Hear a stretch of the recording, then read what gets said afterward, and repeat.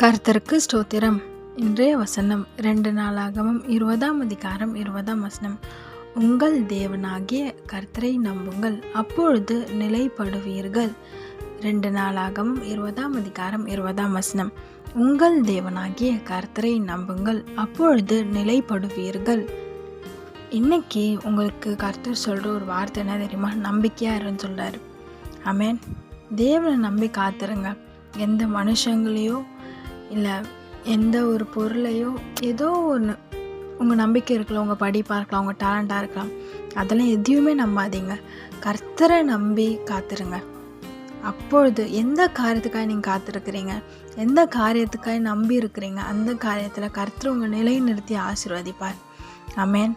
அது உங்கள் பிஸ்னஸாக இருக்கலாம், உங்கள் படிப்பாக இருக்கலாம், இல்லை உங்கள் ஃபேமிலி காரியம் ஏதோ ஒன்றா இருக்கலாம். அந்த காரியத்துக்காக நீங்கள் நம்பி கொண்டு இருப்பீங்களா, இல்லை ஏசப்பா நிச்சயமாக செய்வார் அப்படின்னு சொல்லி விசுவாசத்தோடு காத்துட்ருப்பீங்களே, அதே விசுவாசத்தோடு இருங்க. அப்பொழுது கர்த்தர் உங்களை அதே காரியத்தில் ஆசீர்வதிப்பார். ஆமென். உங்களை நிலை நிறுத்துவார்.